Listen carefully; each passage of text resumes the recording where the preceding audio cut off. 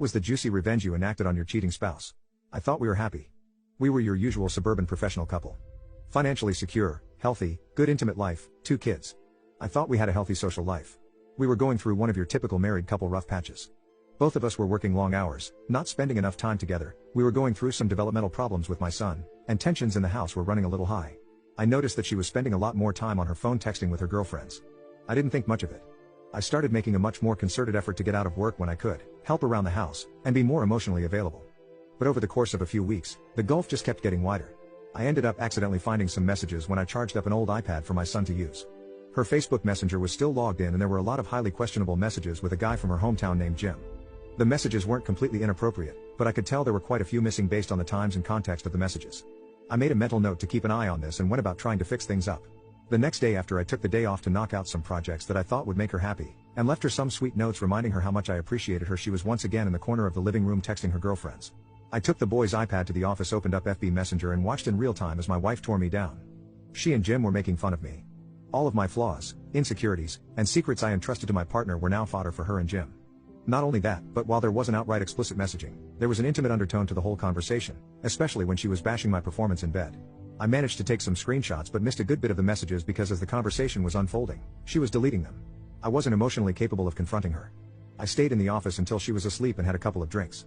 I took off the next day and spent some time soul-searching, drinking, and trying to figure out what to do. The wife came home and wanted to know what was wrong and I told her I had a bad day. A couple minutes later I was watching the iPad as the train wreck kept unfolding. So began a couple of solid weeks of taking screenshots, drinking, and detaching myself from the relationship. I knew there was no going back from this. The messages were now overtly intimate with my wife completely into it, and Jim was sprinkling in I love yous. I consulted a lawyer and started moving forward. Here's where everything got absolutely surreal. Watching the messages I found out Jim was coming to town to spend a weekend of quality time with my wife in a pretty nice hotel. I was missing a good bit of the info. They must have had a phone conversation about it at some point, but I was able to infer enough to get the when and where. The next day the wife is buttering me up and wants to take a spa weekend with the girls to relax, and when she gets back we can really focus on our marriage. I go with it all the way. It's the greatest idea she's ever had, and I'll do anything to get us back on track. I get with the lawyer and have him draft a strong separation agreement stating that she would move out, she would get weekend visitation, and no child support in the interim until the divorce is final. Then I sit through the most agonizing 2 weeks of my life. After all this, most of my feelings for her are completely gone, and I'm just seething with anger like I've never felt before. D-Day arrives. I take the day off work. I withdraw half of any money in any accounts we are joint on and leave her half alone. I had already redirected my paycheck to a new bank. I close our money market account and get a cashier's check for her half and deposit my half in my new account. I stop at Office Max and print out about 75 pages of Facebook Messenger screenshots, and I kill time because I don't want to be at home. She texts me that she's taking off and that she loves me. I tell her to have fun. I show up at the hotel at about 8:30 and call the wife's phone from the lobby. It goes straight to voicemail. They are probably already at it, whatever.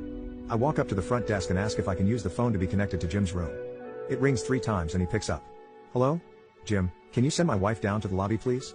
I don't know what you're talking about, bro. Okay then. I guess I'll have to call Mrs. Jim and get her down here. Totally a bluff. I knew he was married, but that was it. You got 5 minutes. Not even 2 minutes later my wife comes walking out of the elevator looking a little flustered. I sit her down in the corner of the lobby. She starts spewing BS saying it's not what it seems and so on. I'm not here to argue. The things that are said in this pile of papers are what's going on. The only way I'm not giving a copy of this to your daughter, your parents, and emailing it to everyone we know is if you move out immediately. My wife was very proud. The daughter was going through a rebellious teen phase and her knowing probably would have forever killed their relationship. The wife was also her parents' golden child and she always worried about what they thought of her. I didn't have much leverage and shame was my only card to play. Also, her professional life is built up around her image, so I knew she would protect it at all costs. This is a check for half of the money market account. I've withdrawn my half of the money from all the other joint accounts. You should have more than enough to get a place. She starts to cry a little. I could almost see the different thoughts and waves of emotions going through her, but now was the time to keep pressing.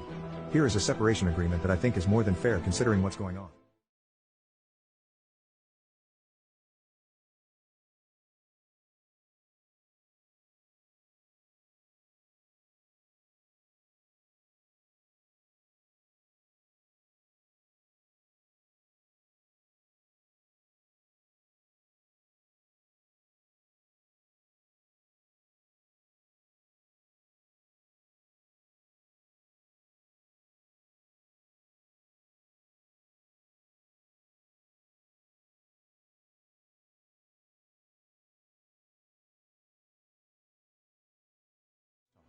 After a week she wants to have a real talk for the first time.